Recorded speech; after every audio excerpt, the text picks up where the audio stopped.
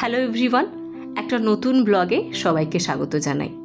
আজকের ব্লগটা থাকছে কলকাতা থেকে শান্তিনিকেতনে যাওয়ার জার্নি। আমার কল টাইম ছিল 3টে থেকে 3:30-র মধ্যে, তাই আমি রেডি হয়ে ব্যাগপত্র নিয়ে পৌঁছে যাই টেকনিশিয়ান স্টুডিওতে, কারণ ওখান থেকেই আমার গাড়ি ছেড়েছিল। বাড়ি থেকে বেরোনোর সময় ভাবছিলাম পুরো রাস্তাটা কিভাবে কাটবে, 3.5 ঘন্টার জার্নি, কিভাবে সময়টা কাটবে, কতক্ষণই বা ফোন ঘাঁটবো, এই বিষয়টা নিয়ে আমি ভীষণই চিন্তায় ছিলাম। কিন্তু রাস্তায় বেরোনোর পর এত ভালো লাগছিল, এত সুন্দর রাস্তা ছিল, এত সুন্দর একটা ওয়েদার, সাথে ছিল ব্যাকগ্রাউন্ড মিউজিক। ভীষণ সুন্দর ছিল এই জার্নিটা।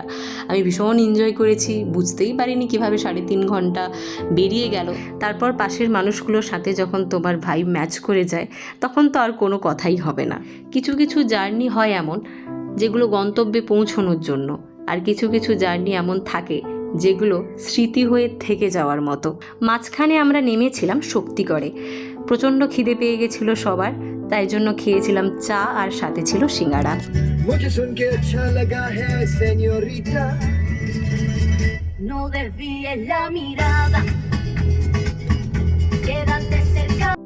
ফাইনালি আমরা হোটেলে পৌঁছে গেলাম। হোটেলের ভেতরটা ভীষণ সুন্দর ছিল, সামনেই ছিল দুর্গা মায়ের মূর্তি, আর এটা ছিল আমার আর মধুরিমাদির রুম।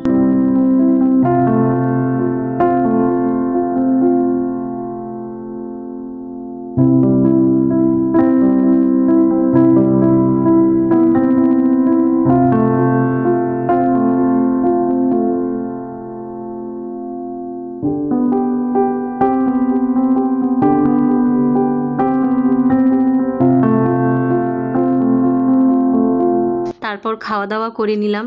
সারাদিন জার্নি ঘোরাঘুরির পর ভীষণ টায়ার্ড লাগছিল, তাই ব্লগটি আমি এখানেই শেষ করছি।